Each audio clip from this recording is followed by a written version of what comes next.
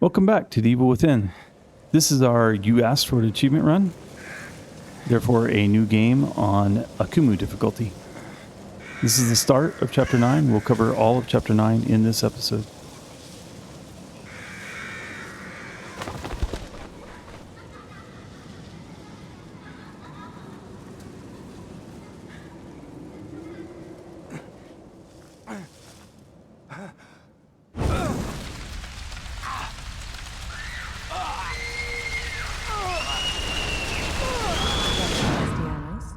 Detective Castellanos? Was that someone else's memories? A slight nod to Resident Evil games. I'm standing here trying to change my camera and I realized that this is a fixed camera. So that was all the original You were moaning in your sleep. Resident Evil games were all fixed camera like that.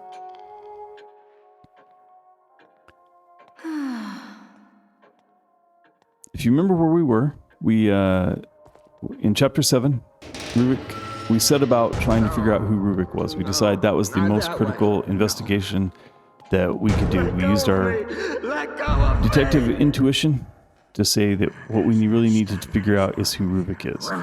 And we set a course through that. We were thrown by Ruvik into the catacombs of the church. That you see these crosses around the doors, a church that used that symbol. You don't look well at all. It was outside of Cedar Hill, where Kidman grew. Memories are vague things indeed. It can be easy at times for memories to be distorted by others. That is why they must be cherished.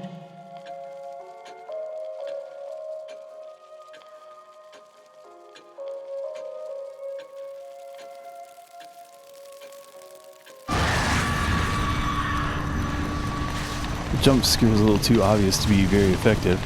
But the key things to take away from what Tatiana was saying is that memories can be vague things indeed. And they can be distorted by others. That's why they are to be cherished. You look as if you'd seen a ghost. Estate buyer claims children. Daughter badly wounded. Where were the parents? Children playing in barn and Victoriano estate burned in fire. Daughter, 17, left in vegetative state. Source of fire, undetermined. So the vagueness of memories and the ability for others to distort them, by telling themselves stories, by telling yourself stories, you can the memory can change over time, and that becomes a theme throughout here, trying to figure out exactly what's a memory and what's a distorted memory and how it might have been distorted. But in Chapter 7, we started our investigation trying to figure out who Ruvik was. We started by finding the secret door inside the church catacombs that led into another set of catacombs that were basically a lock to the hardened outer shell of Ruvik. We found all three parts of that key and opened the inner lock mechanism of that hardened shell. And in there we encountered the executioner for the first time. It went really smoothly for us only because we had the right gear. But it's a notoriously hard and challenging set to get through. But we do get through it. And that leads Sebastian down to some dank and dusky tunnels and through the kind of murky waters of those tunnels. He's basically traveling the almost forgotten neural pathways, the memory channels that Ruvik doesn't like to travel on a regular basis, but which lead to the core of who Ruvik is. At the end of Chapter 8, we got through the rest of those tunnels and opened the last of the doors. And at the end, our musty, dank tunnel turned into a almost clean hospital-type corridor with doors on the sides of it. Kind of reminiscent of the hallway down here. We went in a room at the end of that and found Dr. Jimenez, and Dr. Jimenez gave us a little bit of information about who Ruvik was. and what his goals might be, namely to kill us. Okay, that seems kind of oversimplification.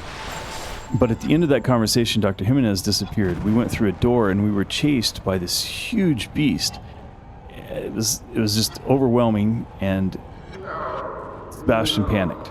And he panicked and he ran back the way he came, and he ran straight down the hallway that he had come into. And when he went through the door, he found himself in Sanctuary. And what I wanted to point out, and I kind of tried to hit it, but it hits right at the end of the chapter, so I don't know if you completely got it if you were watching the last episode or not. But what that was Ruvik finally trapped Sebastian. Sebastian was feeling that he was making progress, that he had started to break the riddle of who Ruvik was, that was his most important goal, and he was feeling like he was really making progress. And suddenly he's confronted with this beast that was overwhelming, and he panicked and he ran. And in his fear and in his run, his flight, he ran straight back to the only sanctuary he's been able to find inside STEM, right back to Leslie's sanctuary. Well, Ruvik followed him. That was the calculated gamble that Leslie took all the way back in chapter 1 of inviting Sebastian in. Not only would he be noisy and make it not as much of a sanctuary for Leslie, and we saw that when Leslie threw him out at the beginning of chapter 6. Literally threw him out of the sanctuary through a forced mirror.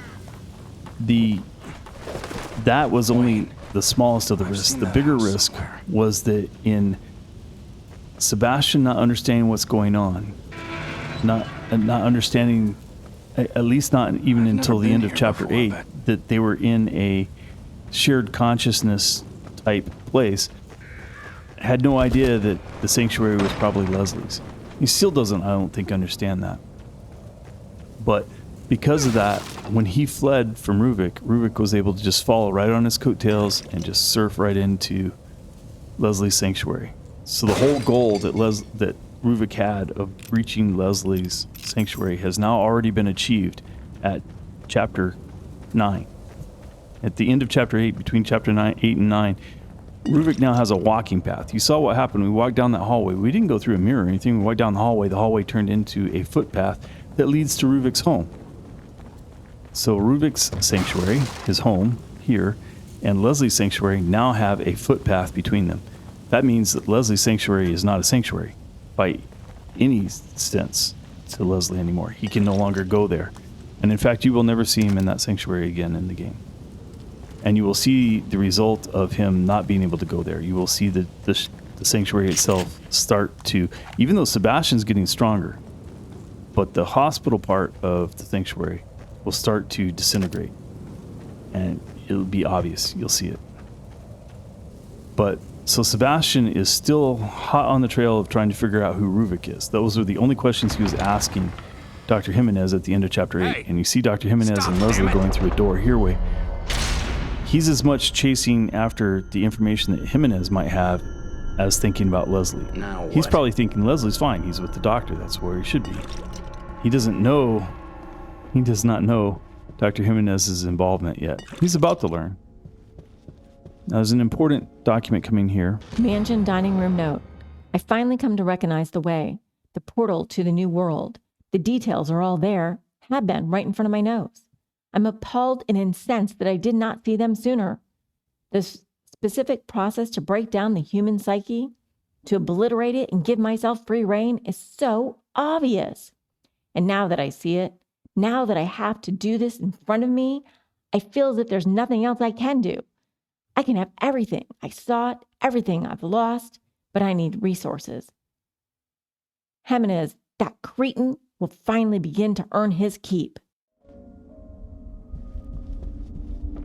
And what you see there is Ruben, before he was Ruvik, finally understanding what he could do, that he could obliterate someone else's consciousness and take it over. Now that he's become kind of the core of the STEM as Ruvik and he wants out, that's his obvious path. He already knows how to do it. And we're going to work on that lock. And we found another locked door, right? And you're thinking, well, we're already in his mind. How is there another locked door? Well, there's a basement to this mind, if you will. There are guarded secrets at even a deeper level, at way down in the What do we have subconscious. here? And so we have to unlock that door as well.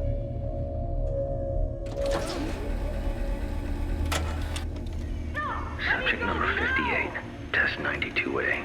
Electrode placement in M33, pain region. Ineffective.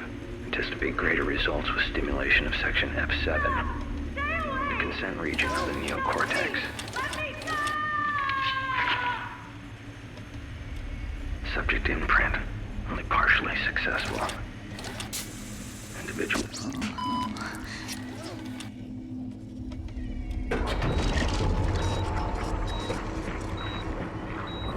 Now, almost Just important set as in motion. consent being the key there, were the others. Identity, mirth, and pain The are research not. lab is around. I am most impressed. Why are you back? I didn't give you permission. Come now, we're both men of science. Men of science are dedicated to the pursuit of knowledge. You can show me your experiments. I can show you things. You wouldn't like them. You'd think they're gross. In science, one must do any number of things a layperson may find disgusting. I've done many things others would consider distasteful. You think I'm some kind of a monster. You concern yourself so much with your appearance. But that mind of yours, that's all that matters. I'm trying to give you a good look That's of the ghost. Marcello. When you see these, Is that Ruvik with him? kind of ghostly white conversations like that, those are supposed to be memories. Now, according to Tatiana, they can be vague and they can be distorted by others. So, how precise the memory is, it might be debatable.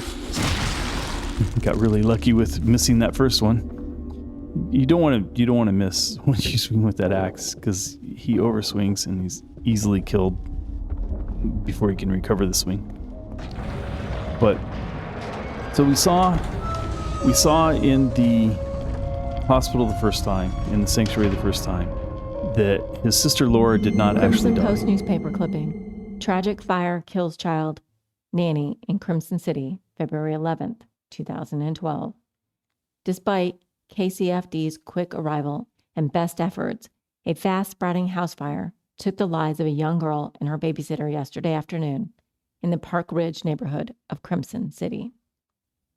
Lily Castellanos, age 5, and her babysitter, Juanita Flores, 56, were unable to escape the smoke and flames that quickly consumed the single-family home. Lily's parents, both detectives for the KCPD, rushed to the scene but were too late to save their daughter from the flames. The blaze was finally defeated by firefighters after several hours, but the home was completely destroyed. The cause of the fire is under investigation, but initial findings point to faulty electrical wiring. Now notice the similarities there, right? So Ruvik lost his sister, but we find out that she's not dead in the barn fire that we'll see by the end of this chapter. I knew it. Now look at the walls. They're already beginning to Don't crumble. you think you should use your green gel? Okay. And that will become more and more evident as we go on.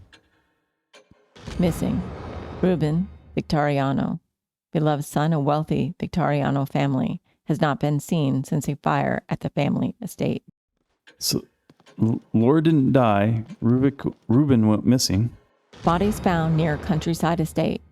Identification could take weeks. 4 mutilated bodies found just outside the Victoriano estate. The bodies appeared to have had various crude surgeries performed on them. And there starts to be bodies appearing. Okay. And the similarity with Sebastian lost his daughter in a fire. So they've both gone through kind of a shared kind of traumatic event in their lives, tied to fire and tied to losing somebody that was the world to them.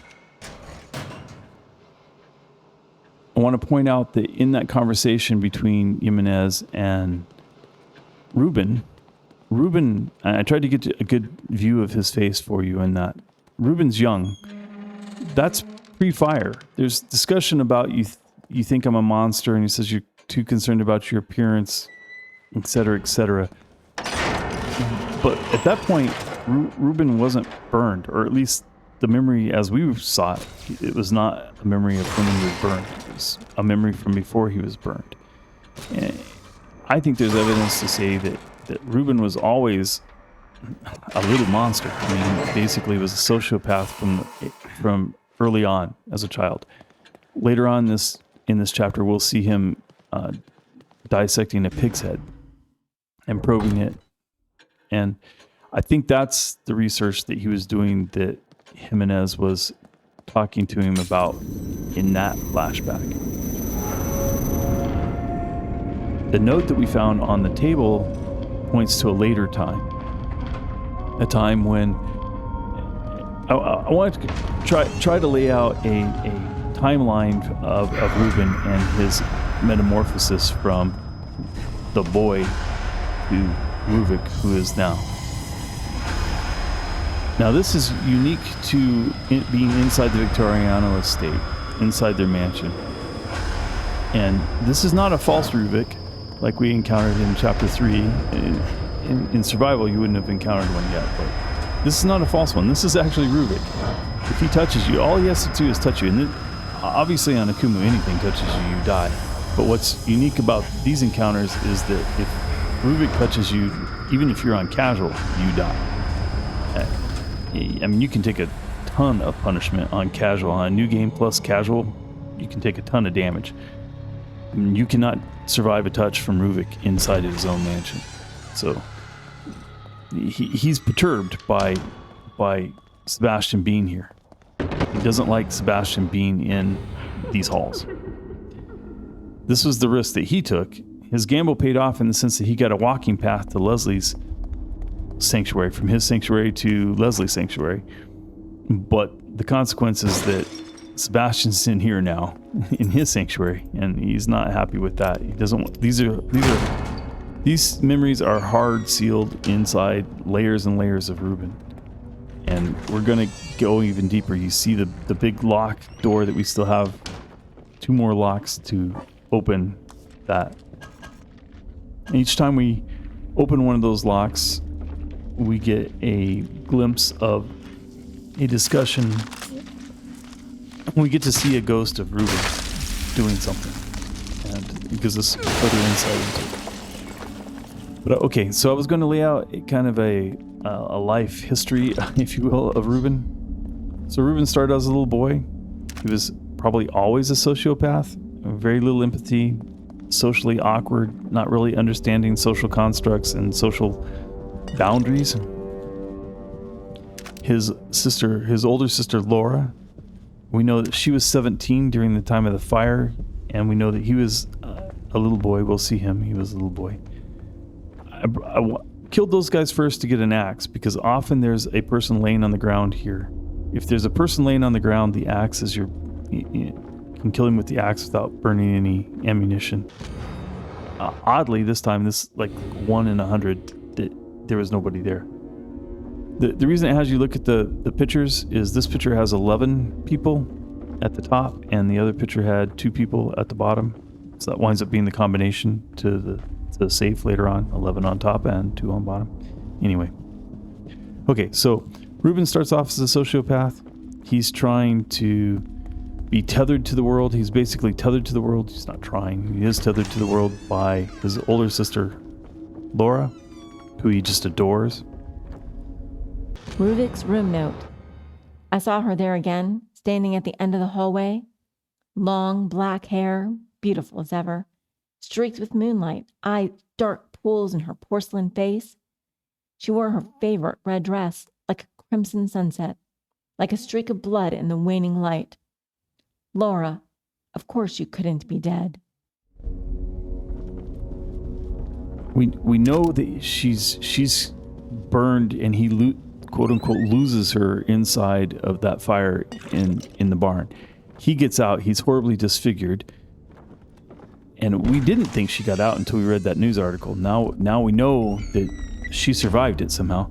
You notice I didn't go in this other room? There's actually nothing in there. There might be a little bit of ammunition, but if you go in there, you wind up having to fight 2 more haunted, and I just didn't feel it was worth it. Tactical note, skip that room. Nothing worth it in there. The fire, after the fire, we're going to find out in the coming up scene that while Reuben survived it, he was horribly disfigured. He winds up locked away in the basement of this home. I know I'm kind of giving away spoilers for anybody that's watching the whole episode and doesn't know the story, but Reuben winds up locked in the basement of this house as kind of an embarrassment to his father. His mother thinks both children died in the fire. We don't know exactly what happened to Laura, but we know that Laura survived that. My reading of this is that Reuben, when he came out of the fire, was looking for a way to revive his sister, who is in some sort of comatose state. Again.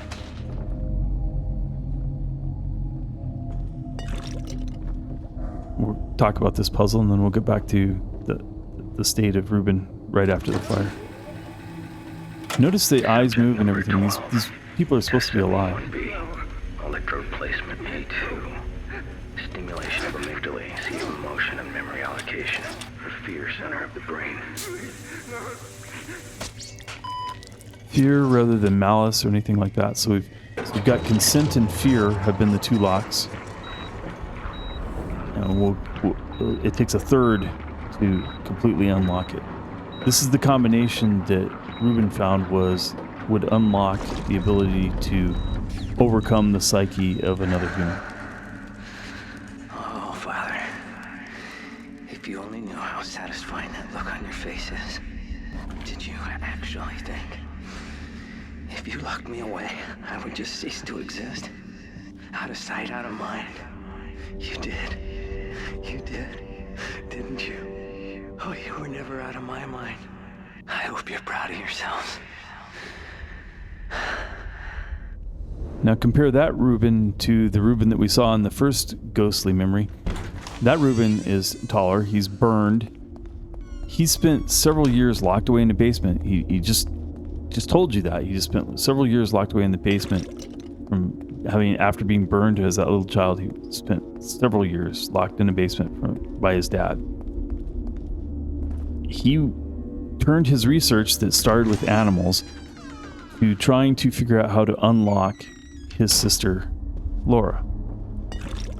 Thinking that if he could probe her brain, her unconscious brain, in whatever state she was in after the fire, that he would be able to revive her and bring her back.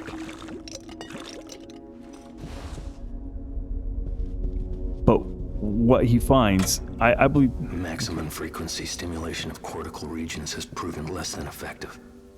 The subjects scream and scream, but they die much too quickly. Tailored settings achieve better results. The question that remains is which regions to focus on. Fear, hope, consent, trust, envy. 3 of these are pivotal. But which will open the way?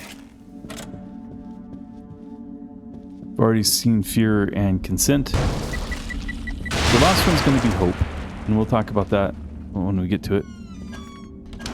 But so I think his early research, he was just trying to understand how the brain worked. And then he built for himself a goal of bringing his sister Laura back to life, bringing her out of her coma. And he felt by probing the brain in certain ways that he might be able to stimulate her coming out of it.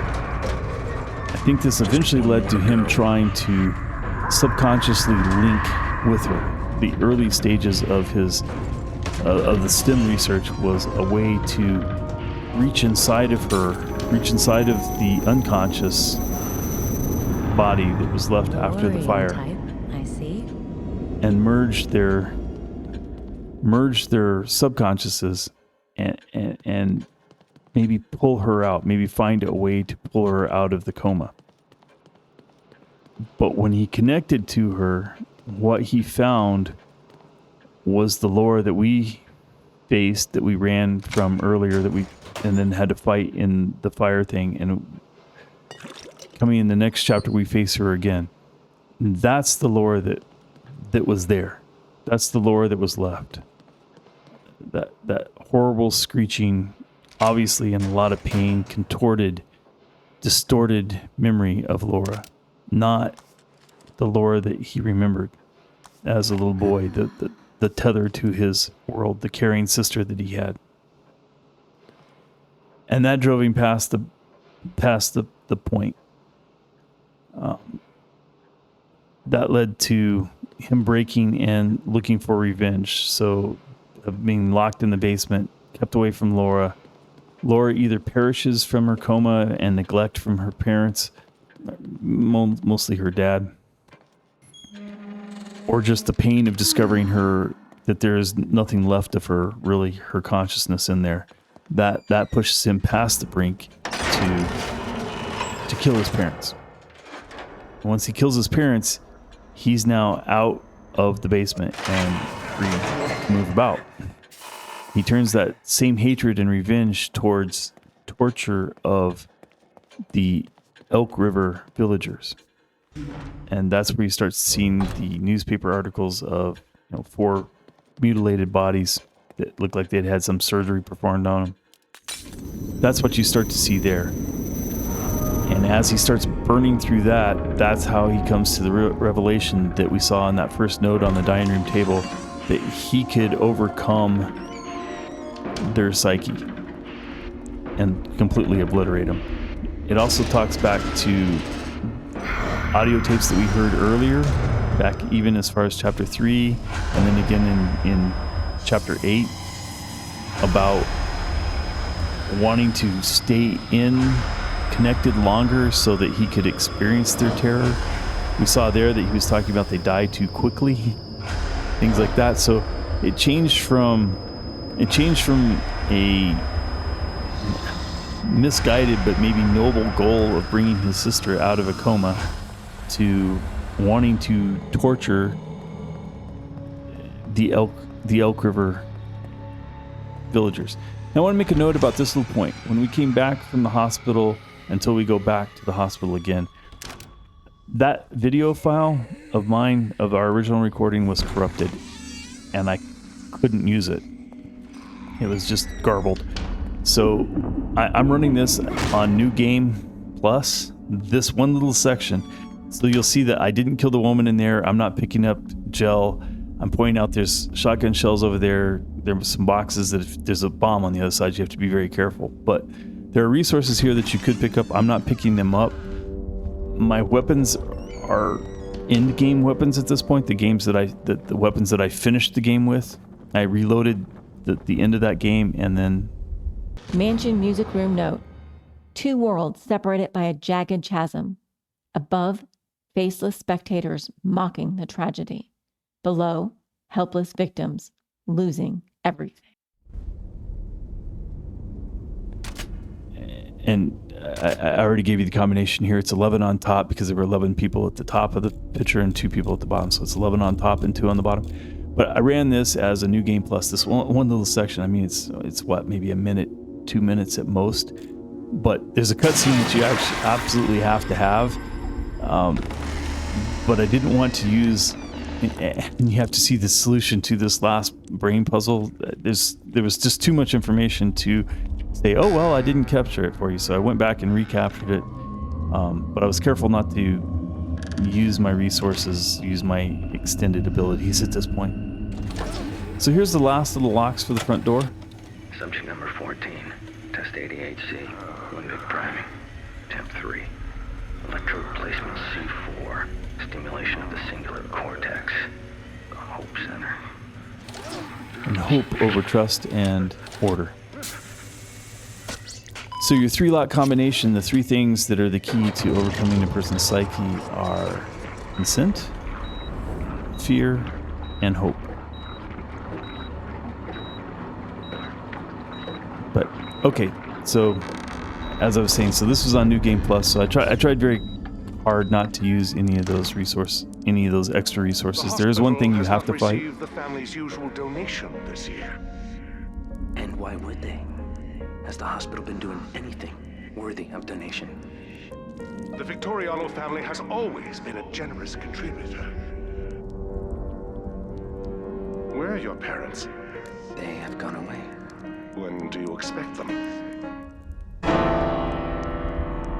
Is there something you wish to discuss, Doctor? I came to inform you that the hospital will no longer be able to provide you with assistance. Materials. Your research will very quickly disintegrate. How dare you come into my home and threaten me?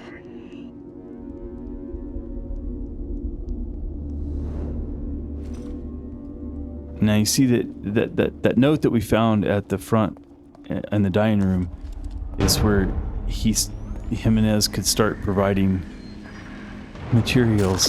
By materials he means patients at the hospital. After Reuben had burned through the Elk River people. Remember in chapter 6 when we finally got to the village of Cedar Hill, we found a tape from Ruvik that mentioned, and now the door's open.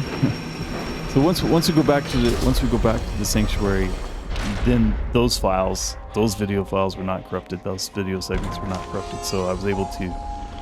It was just that real brief moment, and the only thing I did was use a flash bolt to kill those two. And your flash bolt at the time, if you were following me, would have worked just exactly the same. You just have to run up there very quickly, stab the two of them. There's only two of them.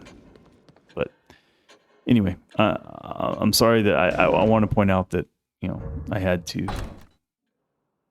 That part was slightly broken. All I did is come back here and save, though. So. Okay, so we saw Reuben went from trying to save his sister to wanting to torture villagers and get his revenge. He got his revenge on his parents, then he wanted revenge on the Elk River villagers. He gets that revenge, and now he's got something new in mind. He's got this. He can obliterate a person's personality and take them over by using hope, consent, and fear. But he needs more research. But this is the beginning parts of the actual stem. No cure for what I'm going to do to you. This is all the way back to the beginning. Notice the little boy. Stained skin. Thoughts from the minds. What do you fear, little one? Peel away, no tearing. Expose everything.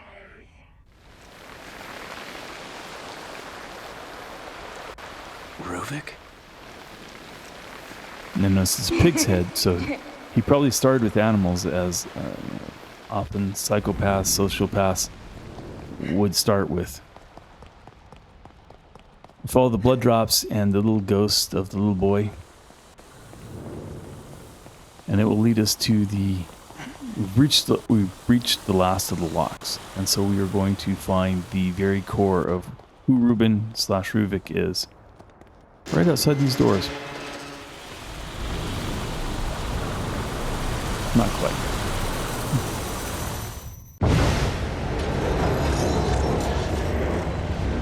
First is going to try to hide that from us. We see a flash there. But you see kind of at the end of that flash, he was trying to hide it from us, trying to lock it away. And now the little boy has turned into Ruvik as we've known him, and then into this pulsating blood golem almost type creature. And these are very sensitive memories. These are so sensitive that you have to make sure that you were ducked. If you're not ducked and you don't move forward, you can actually hit those wires, like in the cutscene, and die instantly. But anyway, but you can see everything's kind of locked away behind these tripwires and traps. And we're going to go through just a couple more trials. This tripwire trial. And then we will finally be at the very center.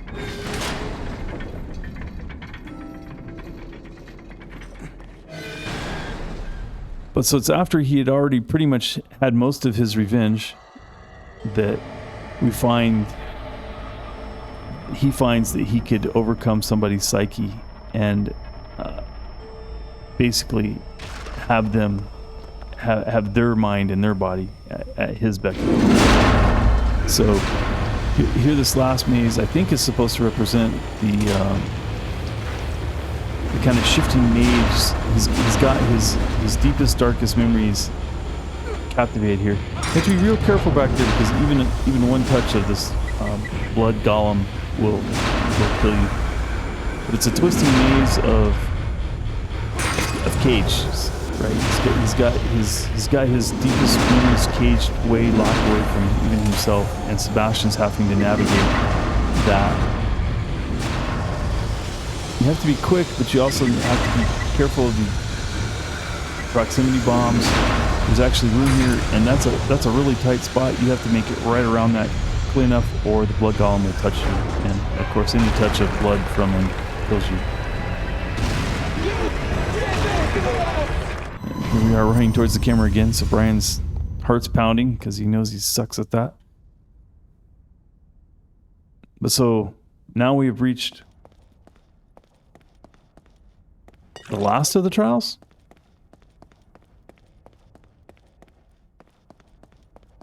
We see his original workroom here, where the pig's head was. So Ruben starts off as a sociopath, dissecting animals' heads, meets Dr. Jimenez. Dr. Jimenez starts to teach him that the ends will justify the means. You don't get that in this, that comes out in the DLCs, that ends will justify the means. I just hate that saying, but Dr. Jimenez says it over and over. He's forsaken his Hippocratic oath, and he's teaching Ruben that the ends will justify the means. Then the fire happens. This is going to be the fire. This is the very center of Ruvik. The sunflower fields.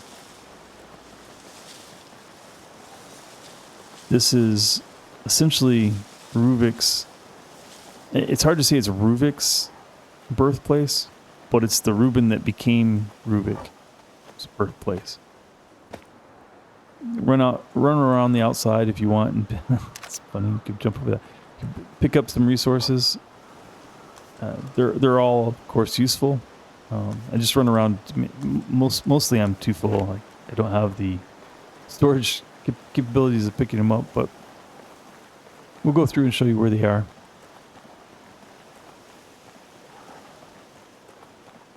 Now, if you will, this is the basement where he's got the memory of Ruben buried inside of his own mind. So just as Ruben was physically locked into a basement in his real life, the memory of Ruben and his sister Laura is locked in a basement inside of Ruvik's mind. Down past all those decayed neural pathways, down past all those locks, all those traps, you find what's at the core. And the core is the little boy Ruben. I can hear you breathing.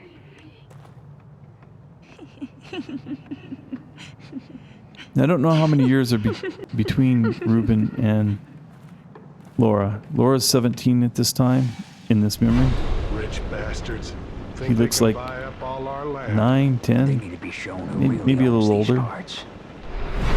11, 12 maybe. And you see that the Elk River villagers, where the Victoriano estate is located, burn the barn with the kids inside of it. Hey, I think there's kids in there.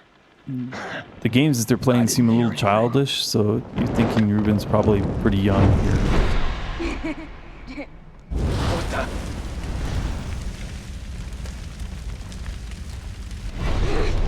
Somebody, open the door!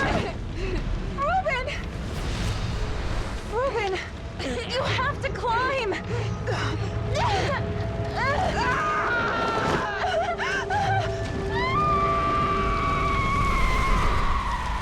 Shit. I better get out of here. There.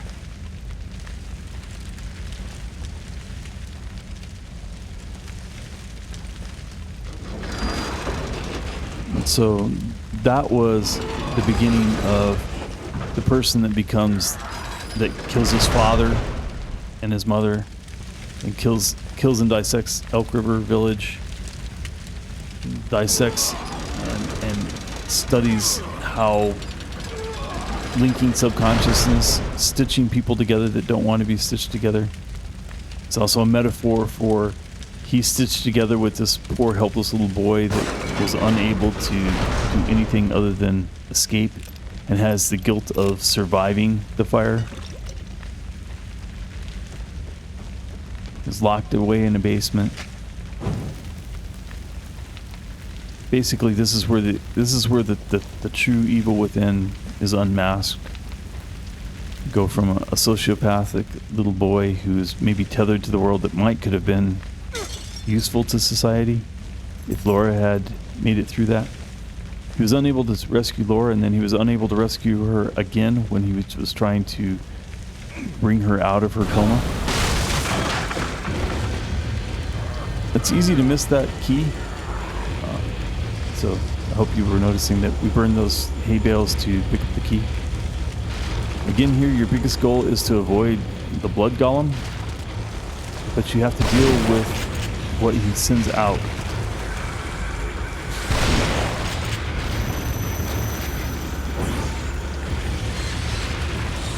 Unfortunately, they get staggered just a little bit, and why that didn't burn him, I'm not sure.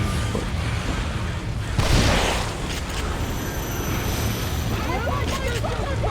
you also can't touch the walls. If you back up into a wall, and you got to be very careful of blood golem there. If you touch a wall, the flames. In other difficulty levels, they're only kind of a nuisance, a little tiny bit of damage, hardly anything to notice. But on Akumu, even that damage kills you. So.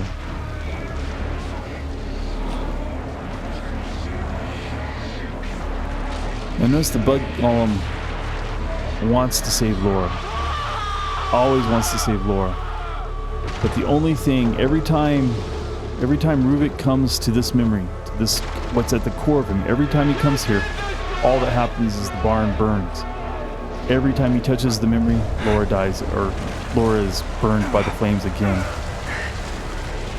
And he fails to save her yet again, every single time he comes here. And that's the true terror that's at the bottom of Ruvik's mind, is that every time he tries to touch the memory of Laura, the very memory that he's trying to bring out and make real, every time he touches it, it burns her. My children. I want... Beatrice, we have been through this. Sometimes I hear his voice. The basement. He sounds so close. There is nothing down there. How can I be any more clear? Then why is it locked shut? Why can't I go down there?